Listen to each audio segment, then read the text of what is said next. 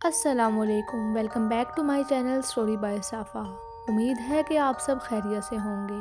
तो आज मैं फिर आपके सामने एक स्टोरी लेकर हाजिर हूँ।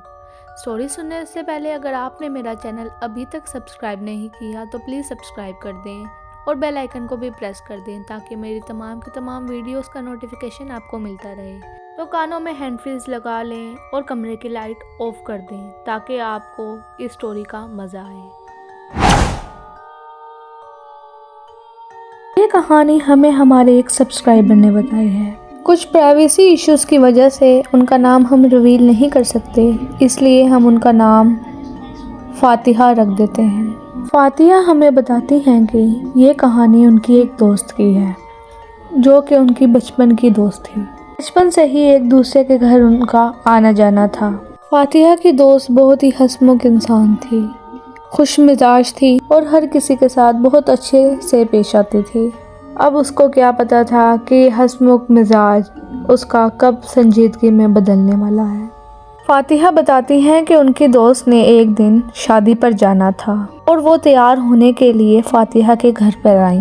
फातिहा बताती हैं कि वो काफ़ी अच्छा मेकअप कर लेती हैं, जिसकी वजह से गली मोहल्ले की खवातीन उनके पास अक्सर मेकअप करवाने के लिए आ जाया करती थीं।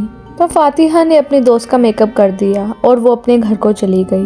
जब फातिहा की दोस्त उनसे मेकअप करवा रही थी तो वो बता रही थी कि जहाँ उन्होंने शादी पर जाना है वो एरिया बहुत ही सुनसान है, इर्द गिर्द बस खेत खलियान ही है। तो उनकी मम्मा ने उन्हें ख़ास तौर पर इंस्ट्रक्शंस दी हैं कि मेकअप ज़्यादा नहीं करना और परफ्यूम का इस्तेमाल बिल्कुल नहीं करना। लेकिन मेरी जो दोस्त थी वो बहुत ही शौक चंचल किस्म की इंसान थी, इसलिए उसने अपनी माँ की बात ना मानते हुए मेरी कबर्ड से परफ्यूम निकाला और लगा लिया। फातिहा बताती हैं कि उनकी दोस्त की मम्मा ने उन्हें ये भी कहा था कि अपने बाल खुले नहीं छोड़ने।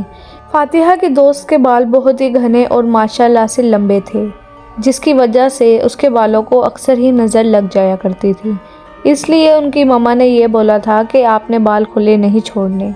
लेकिन फातिहा की दोस्त ने अपनी मम्मा की बात ना मानते हुए बालों को खुला छोड़ा, परफ्यूम लगाया और अच्छा और हैवी मेकअप भी करवा लिया। कहानी को आगे मज़ीद बढ़ाने से पहले हमें फातिहा की दोस्त का भी नाम रखना चाहिए ताकि तमाम सुनने वालों को अच्छे से समझ आ सके कि हम किसके बारे में बात कर रहे हैं। तो हम फातिहा की दोस्त का नाम सारा रख देते हैं। सारा शादी में जाने के लिए अपनी गाड़ी में बैठती हैं और रवाना हो जाती हैं। सफ़र तकरीबन 2-2.5 घंटे का था। अब इन्हें अपने घर से रवाना हुए तकरीबन 1 घंटा गुजर चुका था। मगरिब की अज़ानें शुरू हो चुकी थीं। थोड़ा और आगे जाने से पहले ही इनकी गाड़ी ख़राब हो गई। सारा के वालिद साहब गाड़ी से उतरे और गाड़ी को चेक करने लगे और फिर उन्होंने अपने घर वालों को बताया कि गाड़ी को ठीक होने में तकरीबन 10-15 मिनट लगेंगे, तो अगर किसी ने बाहर निकलना है तो निकल सकता है। फातिहा हमें बताती हैं कि सारा को तस्वीरें बनाने का बेहद शौक था और अब वो अपने शौक को पूरा करने के लिए गाड़ी से उतर चुकी थी। सारा क्या देखती हैं कि सामने ही एक दरख्त है जो कि काफ़ी घना था। अब सारा दरख्त के करीब गई और वहाँ पर अपनी तस्वीरें बनाना उन्होंने शुरू कर दी। लोकेशन काफ़ी अच्छी थी, जिसकी वजह से उनकी तस्वीरें भी काफ़ी अच्छी आ रही थीं। अभी उन्हें तस्वीरें बनाते हुए तकरीबन 2 मिनट ही गुजरे थे कि वो क्या देखती हैं कि वहाँ पर एक लड़की बैठी है जिसकी उम्र तकरीबन 12 से 13 साल की थी। सारा खुद तकरीबन 14 साल की ही थी उस वक्त। तो उन्होंने देखा कि वहाँ पर वो जो लड़की बैठी हुई है वो मुसलसल उन्हें घूरे जा रही है। ये बात सारा को अजीब ना लगी क्योंकि वो खुद एक बच्ची थी, इसलिए वो उस बच्ची के करीब जाकर उसको सलाम करने लगी। उस बच्ची ने बाकायदा सलाम का जवाब दिया और उसका हाल हवाल पूछा। तो सारा उससे पूछती हैं कि यहाँ पर आप क्या कर रही हो इस वक्त। तो वो कहती है कि मैं यहीं पर रहती हूँ। सारा को ये बात 1 मिनट के लिए तो अजीब लगी कि करीब करीब तो कोई आबादी ही नहीं, तो ये बच्ची कहाँ से आ गई।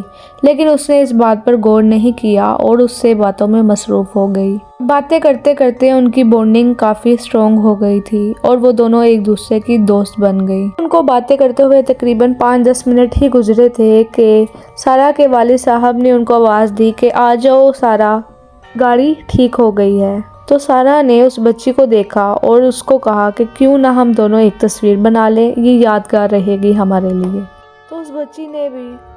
तो सारा उस बच्ची के साथ तस्वीर बनाकर अपनी गाड़ी की तरफ चल दी और पीछे मुड़कर देखा तो वो बच्ची अब वहाँ ना थी। सारा को लगा कि शायद वो चली गई है। सारा फिर अपनी गाड़ी में आकर बैठ गई और इस तरह वो शादी पर चले गए। फातिहा बताती हैं कि उस शादी के बाद सारा का रवैया बिल्कुल ही तब्दील हो चुका था। जैसे कि मैंने आपको पहले ही बताया था कि वो बहुत ही हंसमुख टाइप की लड़की थी, हर किसी से बहुत अच्छे से बात करती थी और बहुत आला इखलाक की लड़की थी। लेकिन इसके बाद उसका रवैया हर किसी के साथ बिल्कुल ही बदल गया। अब वो ज़्यादा बोलती भी ना थी, अकेले कमरे में रहना पसंद करने लगी थी, चुप चुप रहती थी और किसी से बात नहीं करती थी। एक बात बहुत अजीब थी कि जब वो अकेली कमरे में होती थी तो उसकी आवाज़ें बाहर तक आती थीं कि जैसे कोई उसके साथ बैठकर बातें कर रहा है। लेकिन जब कमरे में जाकर कोई देखता तो वो बिल्कुल अकेली बैठी थी। घर वालों को सारा का रवैया अजीब महसूस होने लग गया था। वो अपनी पढ़ाई पर भी बिल्कुल तवज्जो नहीं दे रही थी। हाँ, वो फर्स्ट पोजीशन लिया करती थी, अब उसकी पोजीशन डाउन हो गई थी। सारा ने खाना पीना भी छोड़ दिया था, वो बहुत ही कमज़ोर हो गई थी। अब सारा के घर वालों ने उसे एक मौलवी साहब को दिखाया तो मौलवी साहब ने उन्हें जो बताया वो हैरत अंगेज़ था। मौलवी साहब बताते हैं कि इस पर एक बच्ची चुड़ैल का साया है जो कि इसे 1 महीने पहले मिली थी। सुनते ही घर वालों को उस शादी का वाक़या याद आ गया जब इनकी गाड़ी ख़राब हुई थी और सारा उतरकर उस दरख्त के पास गई थी। साहब ने बताया कि उस चुड़ैल बच्ची का सारा के साथ दोस्ती का रिश्ता हो गया है और ये इतनी आसानी से उसको छोड़कर नहीं जाएगी। फातिहा बताती हैं कि अब सारा के साथ वो बच्ची हमेशा रहती है। सारा की तबीयत में ज़रा सा भी बदलाव नहीं आया। फातिहा सारा से बहुत कम मिलती है। फातिहा के घर वालों ने भी सारा से मिलने से अब उसको मना कर दिया है, जिसकी वजह से वो आगे की मज़ीद मालूमात हमें नहीं दे सकती। तो आज की स्टोरी बस इतनी सी थी। अगर आपको मेरी ये स्टोरी पसंद आई हो तो प्लीज़ मेरे चैनल को सब्सक्राइब करें और इस वीडियो को लाइक करें। और अगर आप चाहते हैं कि आपकी बताई हुई स्टोरी मैं अपनी वीडियो में नरेट करूं तो प्लीज़ कमेंट करें। Thank you so much for watching. अल्लाह हाफिज़। फिर मिलेंगे एक नई वीडियो के साथ।